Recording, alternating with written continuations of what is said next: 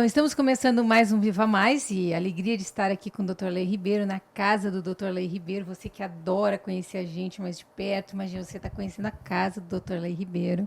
Muito linda, parabéns, Dr. Laí, muito obrigado pelo convite, é uma alegria estar aqui. Nós dois somos paulistas, para quem não sabe, eu e Miguel nós somos paulistas. Claro que o coração é gaúcho, porque a gente mora aí. Eu moro já há 47 anos. 46, 47. Está querendo dizer a idade? Não. Eu posso dizer a minha idade, não tenho medo, tenho 51. Não tem problema. Vamos fazer 52 a semana que vem. Olha, não tenho medo de dizer. Parabéns antecipado. Muito obrigada. Então, para nós é uma alegria estar em São Paulo e mais ainda de estar com o Dr. Laí. Dr. Laí, muito obrigado pelo convite, muito obrigado por estar conosco desde a primeira entrevista. Foi amor à primeira vista. Tá bom. Nós já nos apaixonamos, o Miguel, então nem se fala, porque ele veio correndo fazer o pós-graduação com o senhor. Eu quase vim junto, mas me convenceram que não era coisa para dentista. Tá certo. Mas estou feliz de saber que ano que vem o senhor vai fazer um só para dentista. É verdade. Estarei lá.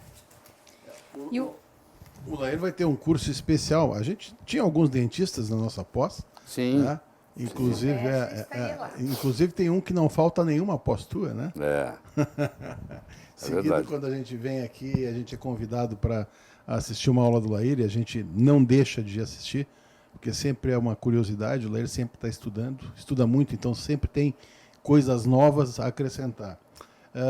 Isso é uma coisa que a gente acabou aprendendo com ele, viu?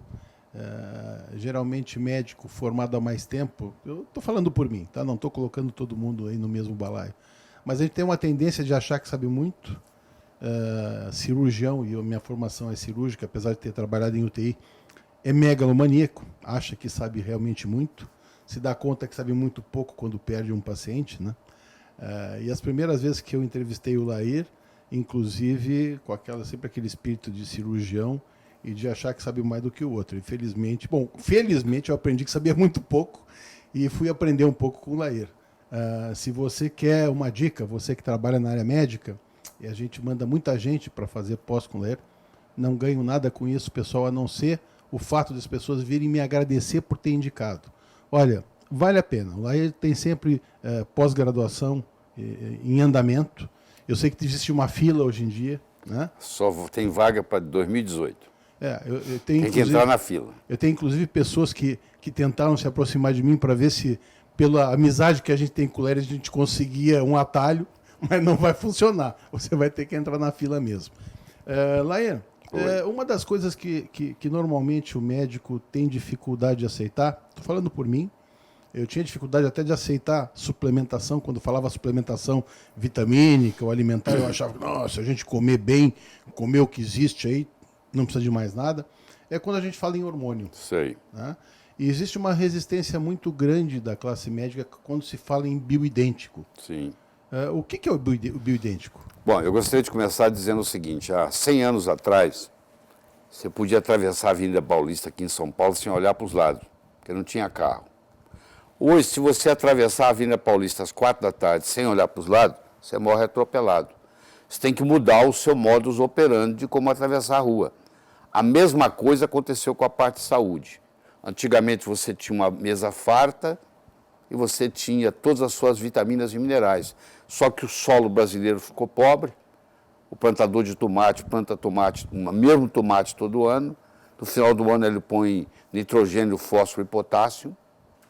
Ele não põe os outros ingredientes. Então, quando você lê no livro que tomate tem selênio, é na teoria, na prática ele não tem mais. Então, eu quero que você entenda que hoje uma pessoa não pode ter saúde plena se ela não fizer suplementação de vitaminas e minerais, que a gente não aprende na faculdade. O médico sai da faculdade sem saber nada de nutrição. A mesma coisa eu vou dizer para os hormônios.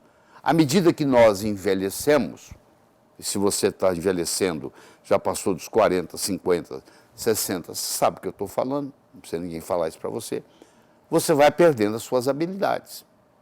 E a coisa que você perde primeiro são os hormônios. Você começa a perder os hormônios com 30 anos de idade.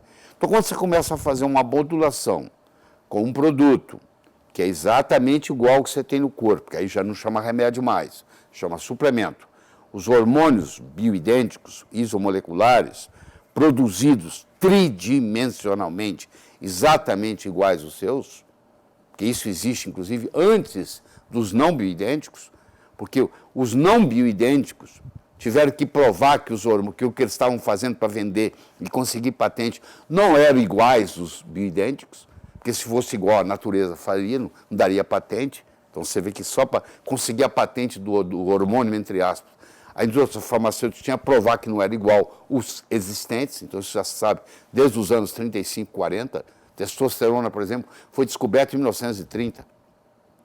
O prêmio Nobel foi dado pelo descobridor, sintetizador da testosterona, o Ruzicka, em 1939, para você ver o tempo que tem. Então, os hormônios fazem parte da nossa vida. Então, à medida que você vai envelhecendo, você vai perdendo os hormônios. Se você mede os hormônios e eles estão diminuídos, uma das alternativas que você tem é repô-los. E é isso que eu optei por fazer há 19 anos atrás comigo e estou muito satisfeito com o processo. Eu tenho certeza que se eu não tivesse feito isso, eu estaria igual meus colegas, com 45, 46 anos formados, já aposentados. Para eu ter essa energia de dar 10, 12, 14, 17 horas de aula por dia, no Sintonia, no sábado, eu começo a falar às 8h59 da manhã para as 3 da madrugada. E termino a Sintonia normal, venho para casa normal, não tem nada de especial. Se bobear, ainda viajo no dia seguinte. Isso é graças à modulação hormonal que nós fazemos. Então, eu posso dizer que todas as pessoas que eu tive a oportunidade de orientar, sugerir, da minha família e de tudo, certo? O resto, que está fazendo uso de hormônio, eu não encontro ninguém que não esteja satisfeito. E esse conceito de que isso causa câncer, você tem que mudar esse conceito, porque o conceito de câncer é justamente para os hormônios artificiais, aqueles que não eram hormônios, como é o caso do Premarin, que é o conjunto de hormônios estrogênios equinos, de égua prenhe, égua grávida, e o acetato de hidroxiprogesterona, que é uma coisa feita em laboratório para patente, para poder vender. Esse é o conceito da reposição e da modulação, né, Laia? A reposição você fazia com isso aí. A modulação tem muitas diferenças. Primeiro, você não trabalha com hormônio só. Segundo, os hormônios têm que ser bioidênticos. Terceiro, as doses têm que ser fisiológicas. Você não tá aquele conceito que você conhece, por exemplo, que o sujeito vai para a academia, bomba, fica forte, toma anabolizante. Isso eu não sou a favor disso em momento nenhum, tá? Isso aí é um excesso de hormônio que ele está tomando. E não é hormônio bioidêntico. Eles estão tomando oxandrolona, eles estão tomando metiltestosterona, que não tem nada a ver com o que nós estamos falando nesse programa aqui. Suplementação, justamente suplementação e modulação é o que a gente tem sugerido. Né? E que, infelizmente, quando a gente fala isso, o pessoal coloca no mesmo saco do pessoal que usa e abusa, que é o que o Leir falou. Ninguém aqui está sugerindo que você vá para a farmácia e compre e faça por conta própria. Deixa eu dar só um exemplo aqui, para você que está nos assistindo. O whey protein, na minha opinião, é junk food. Porque a lei brasileira permite que você coloque 10, 20 gramas de açúcar no whey protein, 20 gramas de carboidrato. Você viu, o Fantástico fez um trabalho, tinha gente que colocava 30, 40, 50 gramas. Quer dizer, é junk food, tá? É junk food. Então, se você acha que o whey protein é a solução, não é a solução. Ele está falando porque existe a possibilidade de você mandar manipular ou fazer uso dessa substância do que você chama de shake de proteína, né? Que na verdade seriam os aminoácidos, né? Os aminoácidos essenciais e alguns condicionalmente essenciais, que são fundamentais para a suplementação, porque a gente não tem isso na alimentação. O nosso corpo todo é feito de proteína. Os nossos ossos são feitos de proteína, a nossa pele, os nossos músculos. E renovam. Tem um chamado turnover. Tem um nome em medicina que chama remodeling. É a remodelagem. Meu coração está sempre trocando as fibras. O meu fígado está sempre trocando os hepatócitos. O meu rim está sempre, e assim vai. Então eu preciso de proteína para que isso aconteça. Mas eu preciso de proteína que o meu corpo usa. A proteína do soro do leite não é uma proteína que bate. É bom para bezerro, que vai te encaixar direitinho. Mas não serve para a gente. O aproveitamento é muito pequeno. Se eu pego um whey protein, por exemplo, o aproveitamento é 16%.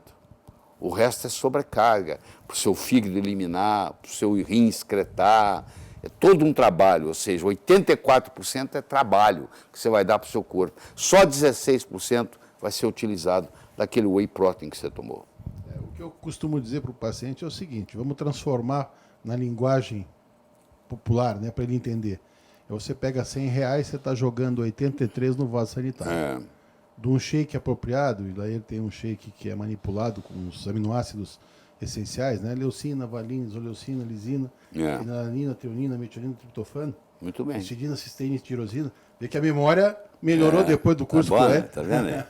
E na proporção molar certa. Na proporção certa. Então você vai mandar pouco do que você gastou, na verdade vai excretar pouco. Lair, o que seria a tríade 1? Pois é, o corpo pode ser, do ponto de vista didático, dividido em tríades. A tríade 1 é a combinação do pâncreas, das adrenais e da tireoide. É a porta de entrada das doenças. Quando você recebe um paciente doente no seu consultório, você pode estar certo, ou a tireoide não está funcionando bem, ou as adrenais, antigamente chamadas de suprarrenais, não estão funcionando bem, ou o pâncreas não está funcionando bem, ou a combinação deles. Então, por isso que chama 1, porque é a porta de entrada das doenças.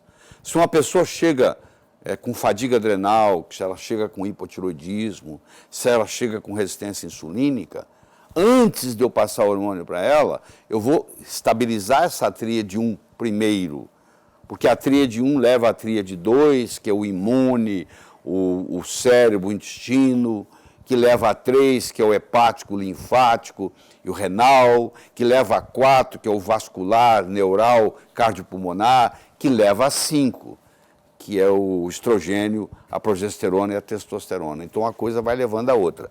Então, o que eu quero mostrar é o seguinte, antes de você fazer qualquer modulação, qualquer reposição hormonal, você tem que ver se o paciente tem alguma doença que precisa ser tratada.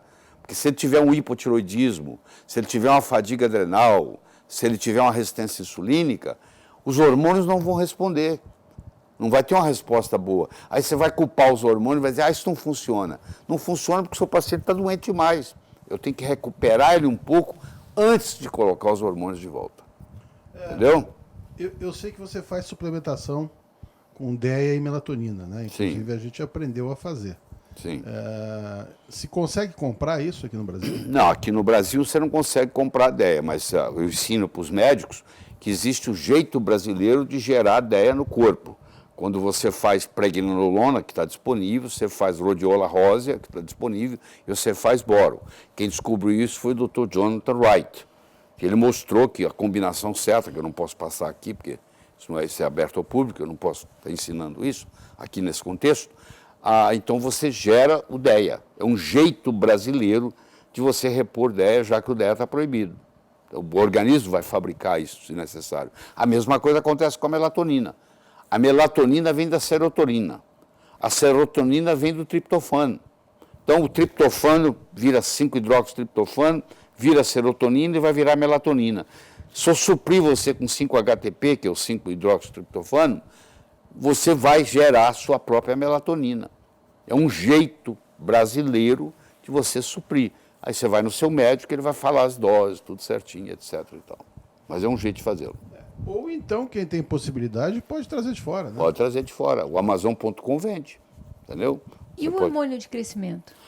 É um pouquinho mais complicado trabalhar com hormônio de crescimento. Primeiro que o CRM está muito em cima disso, que não gosta que o médico trabalhe. Tem que provar que o paciente ou está em fase de crescimento, está precisando do hormônio, ou o seu paciente tem uma deficiência séria de hormônio de crescimento. A reposição de hormônio de crescimento ela é complicada, porque é caro, fica mais ou menos R$2.000, R$2.400 por mês. Poucos brasileiros conseguem manter isso ad infinito. No momento que você começou a sua adenohipófise, para de produzir hormônio de crescimento, isso é outro problema sério, porque aí você esquece de fazer o uso. É uma injeção que você tem que fazer subcutânea toda noite na hora de dormir, 7 dias por semana, então também é complicado. Você tem que ter uma geladeira quase que só para isso, porque você tem que manter esse hormônio a 4 graus centígrados. Se ele congelar, você tem que jogar fora. Se ele passar de 8 graus, você tem que jogar fora. Não é barato, entendeu? Requer seringa. É uma série de coisas. E, além disso, quando você começa a usar, a sua adenopófise entra em hibernação, para de fabricar. Você não pode parar. Nunca mais? Nunca mais. Bom, se você parar, você vai ter uma fase onde você vai estar sem hormônio de crescimento. Agora, hoje existem os chamados secretagogos, que são muito mais baratos, muito mais simples. Existe um produto chamado sermorelina, não é o nome comercial, estou falando do princípio ativo, que foi descoberto nos Estados Unidos, que é uma substância, é um conjunto de 31 aminoácidos, que estimula a produção do hormônio de crescimento.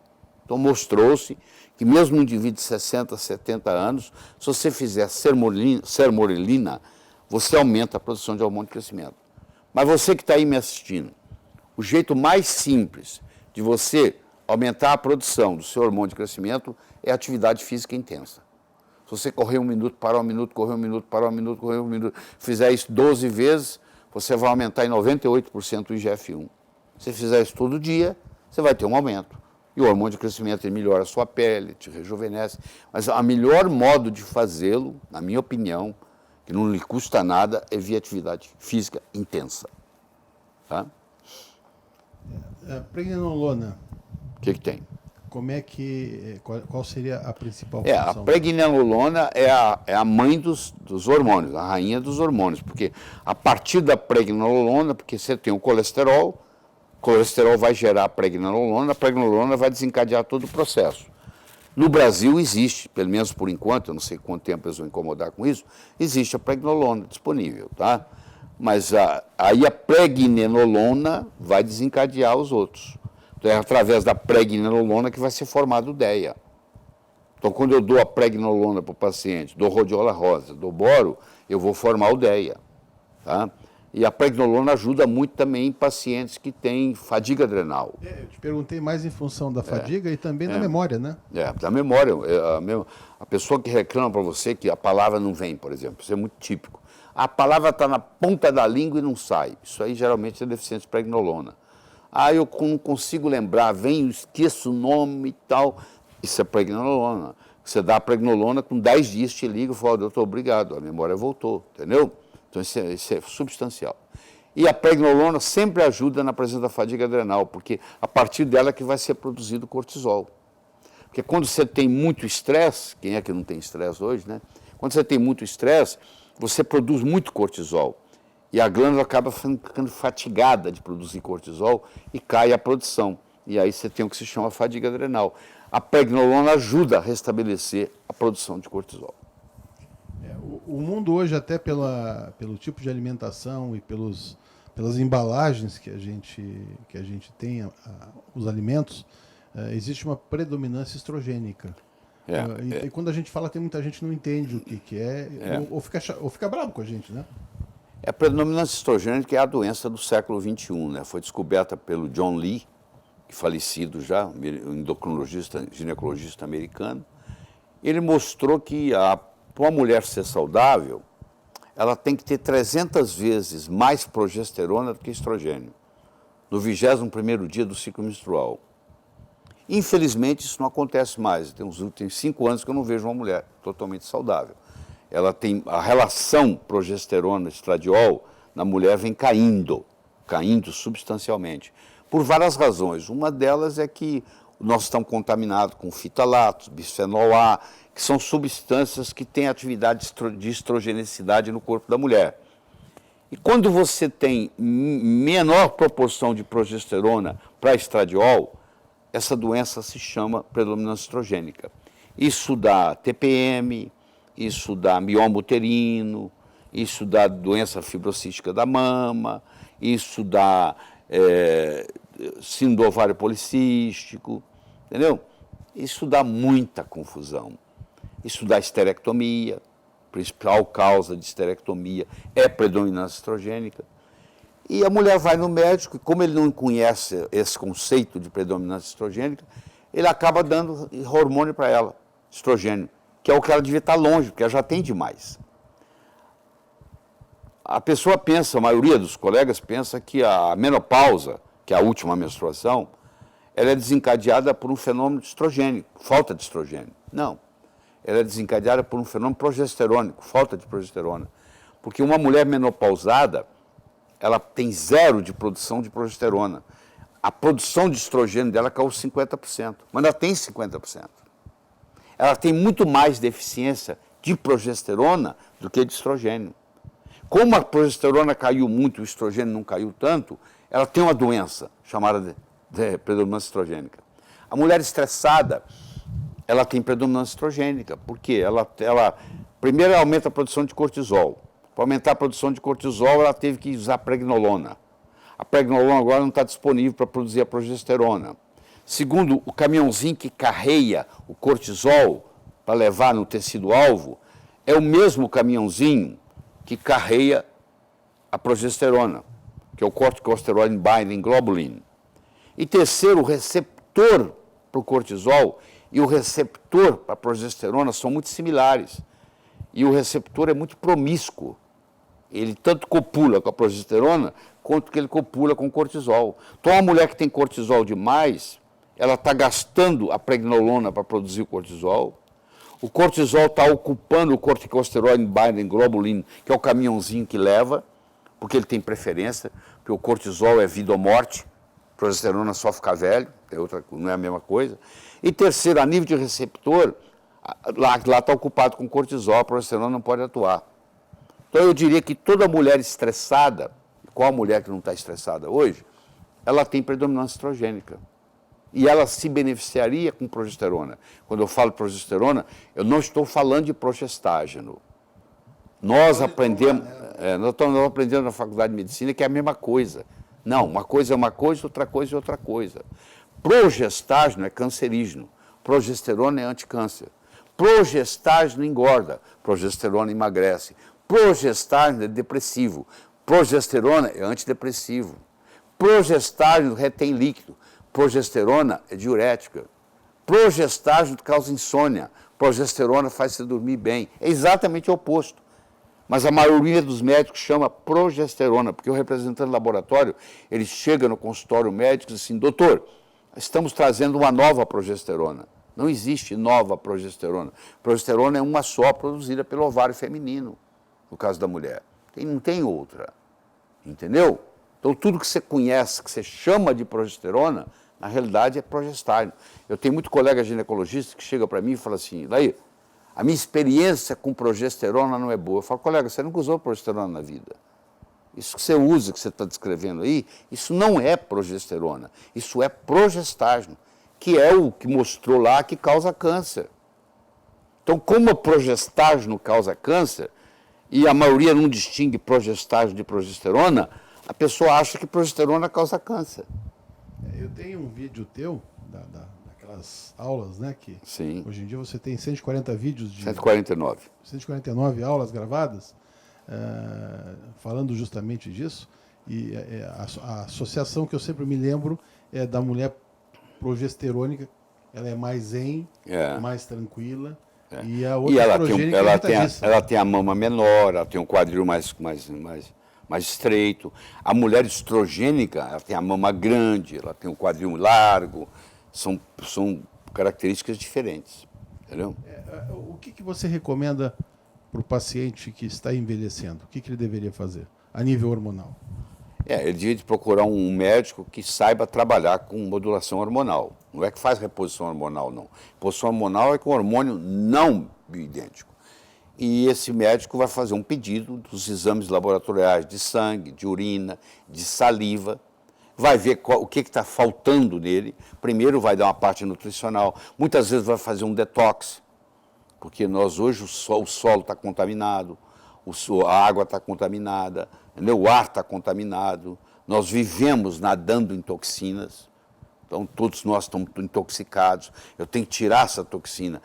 Se você come peixe de rio, os rios estão contaminados com mercúrio, entendeu? O ar está contaminado com alumínio, tem chumbo para tudo quanto é lado, quer dizer, tudo isso tem que ser tirado do corpo. Ou você tira com técnicas especiais, que eu não posso discutir aqui, ou você faz alimentação, por exemplo. Se você puser coentro na sua alimentação, você vai se livrar de muito metal pesado. Se você coloca clorofila na sua alimentação, você vai se livrar de muito metal pesado, entendeu? Então, fazer esse detox, que eles chamam aqui, que é um modo inglês de falar, fazer o detox, você elimina isso aí. Isso te ajuda muito a não envelhecer prematuramente. Se você tem deficiência de proteína, você tem um envelhecimento prematuro, porque as peças estão precisando trocar, chama remodelagem. Então eu estou com um coração que está precisando trocar uma fibra. Eu não tenho a proteína, não troca. Ah, vai assim mesmo. É igual o carro que você não faz manutenção, ele não acaba ficando velho, você tem que jogar ele no ferro velho um dia. Aqui é a mesma coisa. Então, quando é que essa remodelagem ocorre? À noite. Por isso que é bom você dormir bem. Porque durante a noite você rejuvenesce. O processo de remodelagem está acontecendo durante a noite. E precisa de matéria-prima e precisa de hormônio. Você vai deixar os tijolos e o cimento empilhados lá para fazer o muro. Só que hoje o pedreiro não veio. Quando você voltar para casa à tarde, o muro está pronto? Não, não tem pedreiro. Agora deixa o pedreiro lá e não deixa a matéria-prima para você ver o que acontece. Também nada. Você não comprou o tijolo, nem comprou areia, nem comprou o cimento. O pedreiro veio trabalhar. No final do dia, você chega lá, o pedreiro fala, ó, fiz nada, você não deixou a matéria-prima. Eu tenho que deixar a matéria-prima, que no caso é a proteína, e eu tenho que ter o cara para fazer o trabalho, que no caso são os hormônios. Então, quando eu combino a matéria-prima com os hormônios, aí eu tenho um processo de me manter jovem, muito mais tempo.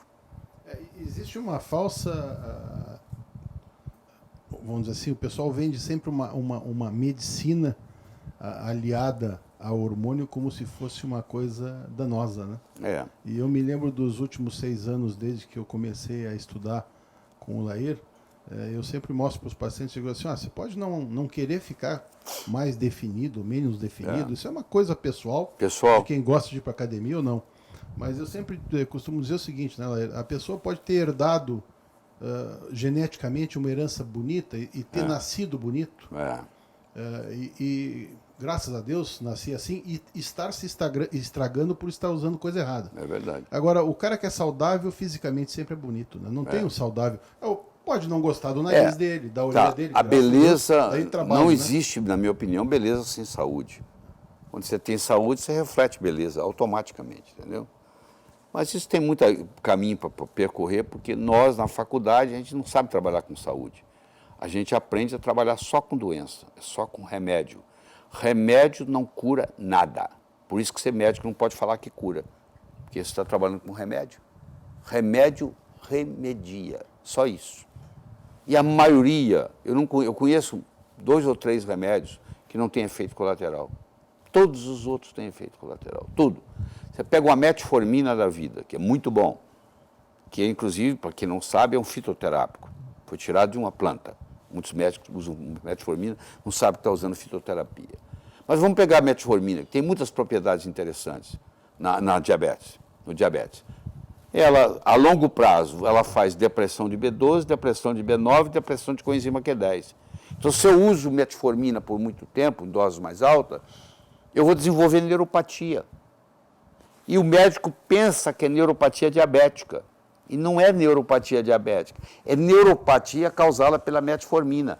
E a metformina causa uma neuropatia no vago, que chama neuropatia vagal, que antecede a neuropatia periférica, onde eu como qualquer coisa, parece que eu engoli um boi. Você que é diabético, está tomando metformina, talvez você tenha sentido isso. Pô, tudo que eu como parece que eu comi um boi, porque a neuropatia vagal interfere, aí dá refluxo esofágico, aí começa a problemática, pelo medicamento que você está tomando, que é o melhor deles, hein? O melhor deles todos que você tem, que você me pergunta assim, qual é o mais benéfico de todos os medicamentos que eu tomo para diabetes? Eu diria metformina, é o mais benéfico de todos, e já causa esse estrago. Você imagina os outros, que eu não vou nem falar, entendeu? E quanto mais moderno é o remédio, pior, tá? Porque remédio é assim, ó, tem uma lei que diz assim, ó, você não deveria prescrever um remédio que não foi lançado, que foi lançado nos últimos 7 anos. Você tem que esperar 7 anos para ver o estrago que vai dar. O médico ingênuo, o remédio foi lançado ontem, ele quer parecer que está atualizado, ele receita aquela porcaria, daqui 1 mês, aquilo é tirado do mercado porque está matando gente. Não aceite remédio que foi lançado esse mês. Você está servindo de cobaia, porque não sabe qual vai ser o resultado. O Vioxx matou só nos Estados Unidos 160 mil pessoas que estão processando a empresa. Fora quem não está processando. Morreu de coração. Um anti-inflamatório que mata via coração. Não, chegou o Vioxx, um anti-inflamatório novo, não sei o quê. Quantas pessoas no Brasil morreram de Vioxx, não sabe? Nem sabe que foi por causa do remédio. Davam para todo mundo, gratuito, imposto de saúde. Né? Quem sabe? Muita gente, um parente seu pode ter morrido, você nem sabe que foi por causa disso. Então, essa história de que remédio novo lançou ontem, não, essa eu não quero, não. Isso não estar atualizado, não. Eu acho que isso aí é falta de respeito para com o paciente. Você dá um remédio que foi lançado ontem. Entendeu? Isso é, na minha opinião, é uma inconsequência médica. Você não dá um remédio que você não sabe como é que vai ser o desenrolar. Você já viu o que vai acontecer depois? E aí? Olha quantos remédios é tirado do mercado. Eu fiz uma lista outro dia dos 20 últimos remédios que foram tirados do mercado. Nenhum deles durou 5 anos. Tudo saiu antes. E experiência para falar sobre isso tu tem, né, Lair? E de sobra, né?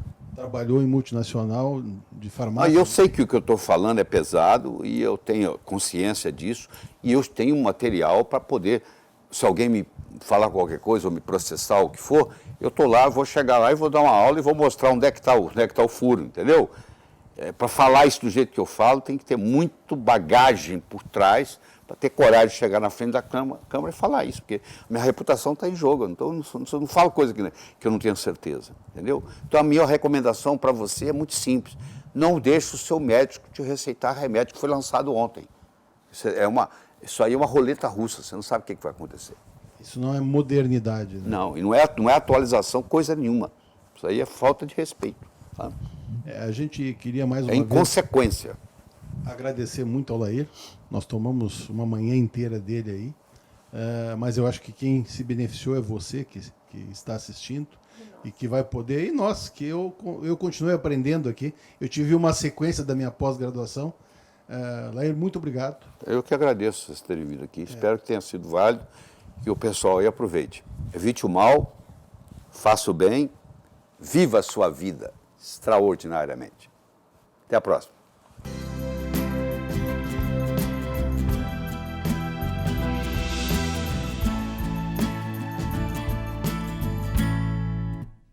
Que ótimo. Provavelmente já perdemos a primeira música. A gente nunca acha uma vaga quando está com pressa. Aquele casal está saindo. Vai logo. Só que a gente precisava. Um cavalheiro. Olha, o show já está na metade e nós estamos sentados esperando pelo seu galã.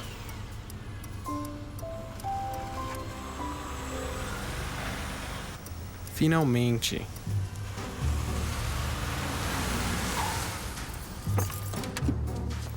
Vamos?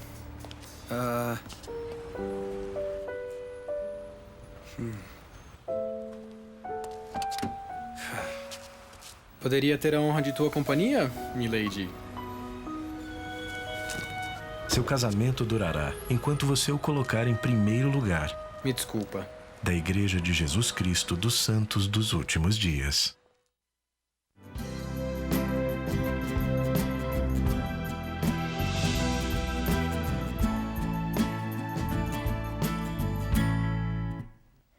Então, estamos continuando agora, a continuação do programa do Dr. Lair Ribeiro, só que agora no nosso estúdio, né?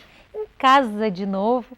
E nada melhor do que continuar o assunto do Dr. Lair Ribeiro com o Dr. Vitor Sorrentino e o Dr. Miguel Sorrentino, que são alunos do Dr. Lair Ribeiro, que fizeram o curso com ele e que sabem tanto quanto ele, que continuam estudando com ele, que sabem tudo. Aí nós vamos ter que interromper, tanto quanto o Lair vai demorar, olha, nem que eu nascesse de novo. Algumas reencarnações para quem acredita nisso.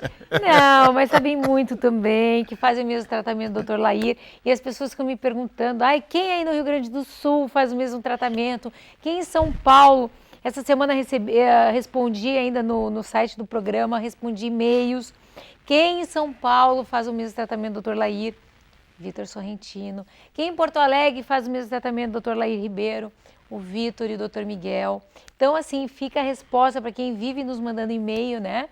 E quem faz lá no Nordeste? Não sei, gente. Então, aí, assim, fica muito difícil vocês ficarem perguntando quem faz o mesmo tratamento nos outros estados. Eu sei responder para vocês quem faz aqui no Rio Grande do Sul e quem faz em São Paulo, que é o Vitor e o Dr. Miguel. Aí é muito fácil, né? A gente pega um aviãozinho, é muito fácil de fazer o tratamento com eles. E são as 2 pessoas que eu posso recomendar, que eu conheço, que são os meus médicos. Mas, antes de passar o tempo para vocês, desculpa, eu vou responder 2 coisas rapidinho. Nós mudamos o cenário a pedido das pessoas que nos assistem, que participam do programa, e a gente adora que vocês participem.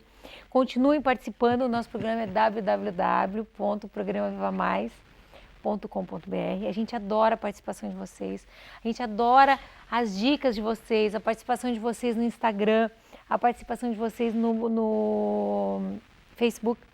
Tá? Então vocês falaram que o sofá não estava legal, que a cor não estava combinando, então mudamos o sofá.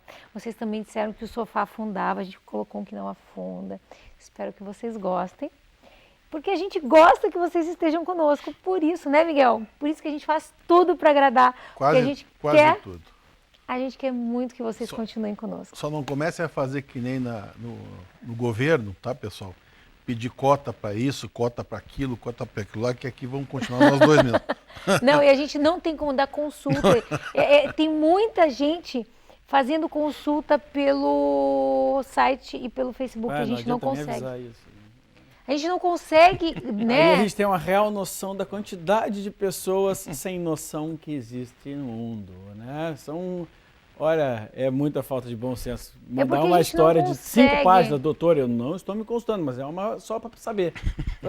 Aí eu estou cheio de tempo para ler 5 páginas. É porque a gente realmente não consegue. Não tem condição. Assim, mas não é só não conseguir. O problema todo é que a gente não pode fazer isso. O Conselho Federal de Medicina nos proíbe esse tipo de coisa. Assim como o Conselho Federal de Odontologia. Então, por mais vontade que a gente tenha, eventualmente, até de ajudar, pessoal, não tem como eu pegar uma história de vida, né, ou pegar um laudo de 5 páginas. O ler não é o problema, tá? O problema é a gente fazer consulta via internet ou consulta por e-mail ou por, sei lá, mesmo que fosse por FaceTime, não tem como. Não pode. Olha, eu vou até dizer uma coisa para vocês. A minha filha, ela teve um problema reumatológico. Eu fui no reumatologista aqui, até porque eu gostaria, ela mora nos Estados Unidos, que ela tivesse um médico aqui no Brasil. Eu vou trazê-la para cá, eu tinha todos os exames, eu fui até o consultório do médico, com todos os exames dela, pagando a consulta, tudo direitinho, e o que ele me disse? Mesmo tendo todos os exames, eu preciso ver ela aqui na minha frente, tocar nela, examiná-la. Isso vocês têm que entender, não adianta. Por mais ansiosa que eu, como mãe, estivesse, levei os exames. Não, mas a gente consegue entender. Não adianta ver a mãe, ter os exames. A gente consegue entender, mas não tem como ajudar. A minha larga experiência de redes sociais. Imagina por redes sociais. As pessoas não adianta. Tu escreve, as pessoas sempre dão jeitinho de brasileiro, aquela tentadinha. Não custa nada dar uma forçadinha, ver se o doutor dá uma respondida para mim. E aí o negócio é rir, né? E valores também, a gente não pode passar nem pelo site, nem pelo... Mas vamos continuar. O doutor Lair Ribeiro está falando sobre hormônios. E, Vitor, uma coisa que a gente não perguntou para o doutor Lair, que a gente podia continuar aqui o assunto. Em que idades seria bom as pessoas fazerem as reposições hormonais? Primeiramente, boa noite, desculpa a brincadeira dos sem noções, mas assim, que tem gente sem noção, todo mundo sabe que tem, né?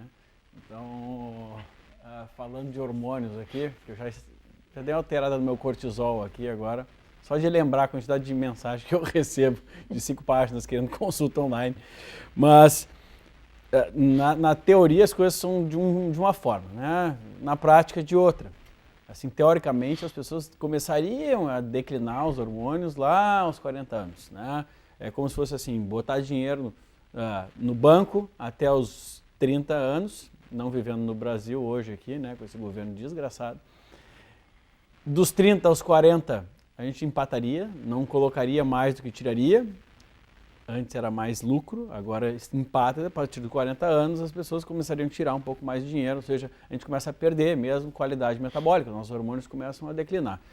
Isso é uma regra cheia de exceções, né? Porque a gente não leva em consideração a individualidade, né? As pessoas que usam mais dos seus hormônios, ou seja, que praticam mais esportes, ou que se estressam mais, ou que comem pior, ou que se desgastam mais, enfim, ou que não dormem bem, uma infinidade de situações que devem ser consideradas. Eu sempre, nas minhas palestras, eu falo sobre um estudo mostrando lá na Nova Zelândia as pessoas estão já com sinais de envelhecimento aos 26 anos. Na Nova Zelândia. Então, imagina qual o estresse do neozelandês, né? E, geralmente é o sol, e não tô brincando, é uma realidade. Imagina então as pessoas que vivem no tranco, que nem a gente vive aqui. Não quer dizer que vai acontecer aos 26 ou aos 20. O fato é que ou a gente percebe alguns sinais de que a pessoa, olha, provavelmente ela poderia estar melhor e não está tão bem. Isso é muito importante a gente entender que não é doença, mas que normalmente uma pessoa de 20 e poucos anos era para estar no seu ápice. E às vezes não está no ápice. Claro, às vezes é culpa dela, os hábitos mudaram muito, né? Mas se não está no ápice, a gente tem que pelo menos dar uma olhada para saber o que está acontecendo. Dependendo do que está acontecendo, a gente pode otimizar isso, nem sempre tendo que usar o hormônio realmente, né? Mas existem vários precursores hormonais, existem aqueles nutrientes que alimentam cada sistema, cada glândula. Para que aquela glândula possa produzir os hormônios, ela precisa ter o alimento dela, senão ela não consegue produzir. Então, pelo menos isso poderia ser observado, e nem sempre isso tem que ser suplementado. Só a mudança de uma alimentação por outra já pode equilibrar os sistemas, né? Pode equilibrar os hormônios sem ter que fazer uso deles. Agora, tem situações que são muito claras de que as pessoas estão precisando, né? As pessoas precisam pelo menos olhar para o sistema hormonal, né? As mulheres, a mais clássica, obviamente, são aquelas mulheres que usam contraceptivos orais, né? Os anticoncepcionais, ou seja, os remédios de hormônio, né? Porque a mulher que usa o hormônio, e às vezes as meninas estão usando desde os seus 12, 13, 14 anos, e isso é muito comum, né? Nem às vezes, né? Elas certamente estarão com os seus hormônios modificados, né? No momento que ela recebe a pílula foi feita para que a mulher não possa ovular, e é isso, com isso ela não engravida, não tem chance de engravidar, né?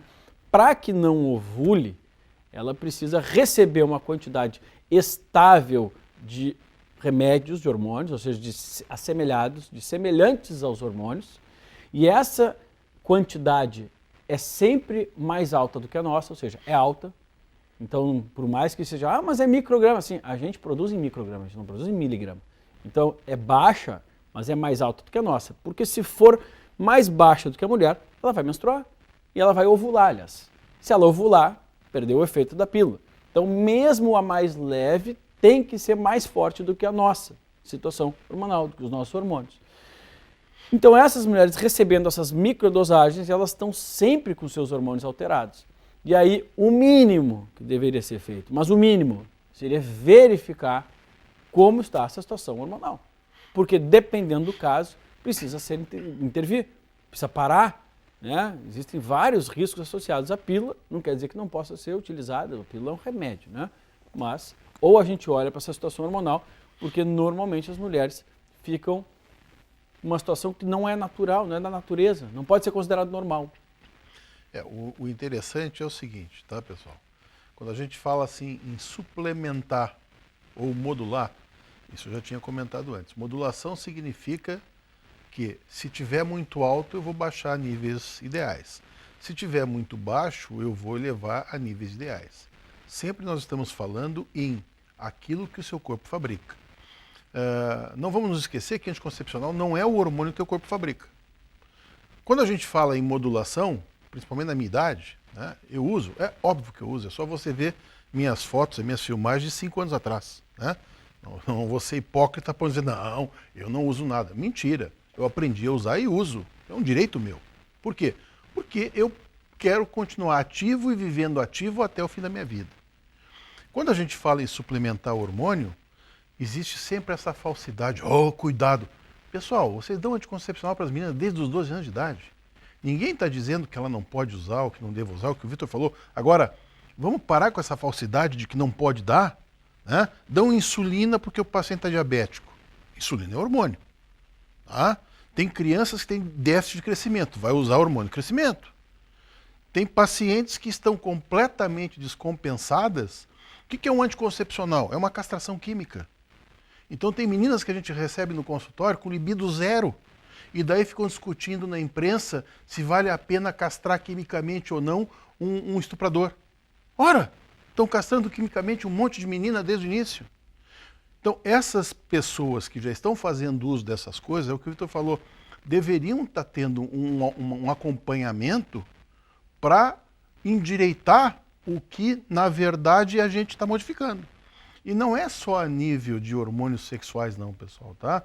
Porque isso aí vai interferir no jeito que ela dorme, né? Na melatonina dela, no cortisol dela, na tireoide. Né? Então modifica os hormônios tireoideus, vai modificar o libido, quer dizer... Composição de gordura corporal. Exatamente, um monte de coisa. Né? Não na verdade, assim, né? Como remédio, porque daí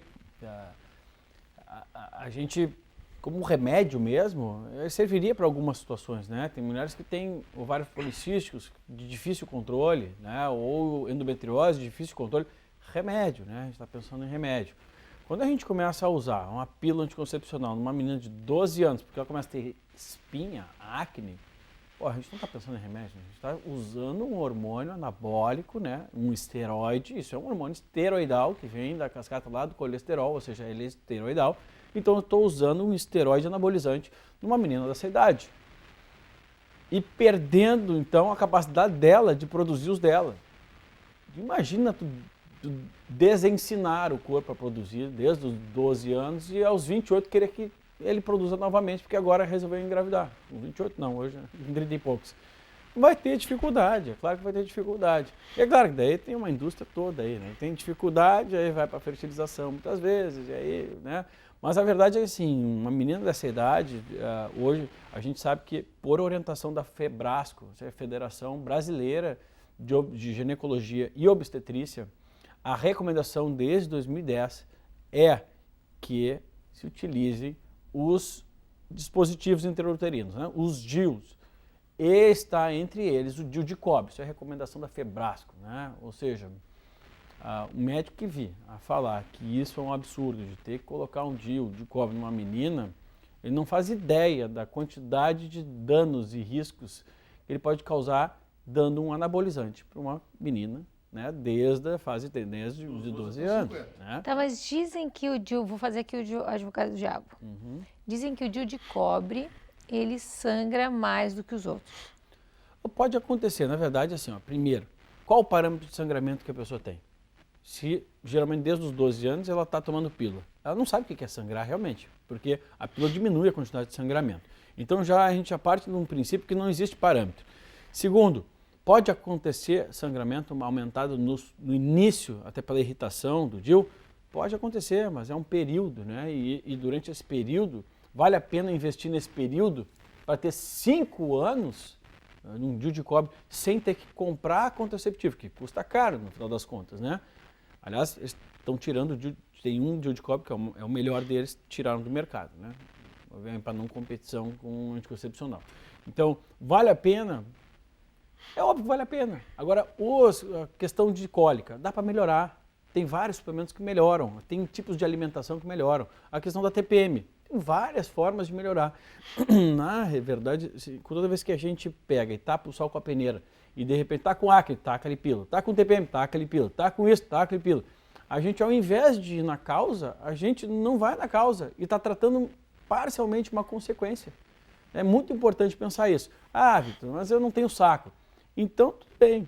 Vai ter que assumir o risco de usar um hormônio durante uma vida, porque isso não é remédio à toa, é hormônio. Não é nem idêntico ainda, né? O que é pior. Né? Pois é, a questão é essa aí, é aquilo que meu pai falou. É falar mal de pílula, enfim, a gente pode falar mal de qualquer coisa, é a nossa posição. O fato, o que existe de fato? É um remédio de hormônio. E ponto final. A pessoa, sou contra a reposição hormonal, então não coloque pílula anticoncepcional para criança. Eu sou contra hormônios que pode causar câncer, então não dê anticoncepcional. É uma coisa tão antagônica, tão incrível, né? A gente ouvir isso. Eu não posso ser contra uma coisa que eu faço. Então, se você é contra o hormônio, você não prescreve pílula anticoncepcional, porque é hormônio, é remédio de hormônio, e diferente do corpo, e esteroide, ou seja, e anabólico. Então, tudo isso. Ah, é anabólico? Sim, se a mulher tomar 2, 3 pílulas por dia, provavelmente ela vai ficar uma baleia de gordura, vai inchar, vai reter líquido, vai atrapalhar vários outros sistemas e pode até anabolizar músculo, né? Porque o estrogênio também é anabólico para músculo. Mas ninguém faz isso, obviamente, a não ser alguns travestis. que utilizam de 1, 2, 3 pílulas por dia para crescer gordura nos locais onde é que o homem não tem acúmulo de gordura, que é o bumbum, geralmente, as mamas. E olha como funciona, né? Existe sempre alguns mitos entre a própria classe médica, né? E o pessoal fica cheio de dedo quando fala assim, vamos suplementar. O que o Vitor falou, muitas vezes a suplementação, por exemplo, eu tenho pessoas que só usando fitoterápicos, maca, mucuna, tribulus, pijo, que são coisas que existem na natureza, são alimentos.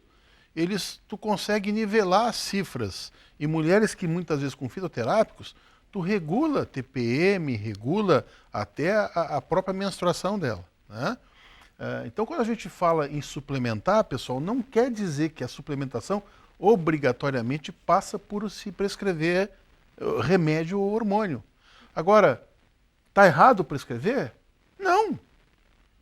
Não está errado? Está errado prescrever pílula? Também não está errado. Não está errado, desde que seja necessário. É que essa ideia, né, de a gente nivelar é aquela coisa assim, eu não sou a favor de usar. Tudo bem, então seja a favor de pelo menos verificar como está essa situação. Porque tem muita gente toda alterada hormonalmente, que aí o médico prefere nem ver. Não, eu prefiro não ver, por quê? Porque não vai saber o que fazer. Eu tenho vários exames que acontecem isso com pacientes nossos, que chega aqui e eu falo assim, olha, a situação é esta aqui, o exame está todo alterado, está aqui, não precisa ser mágico para ver, está aqui, os números estão fora, os números.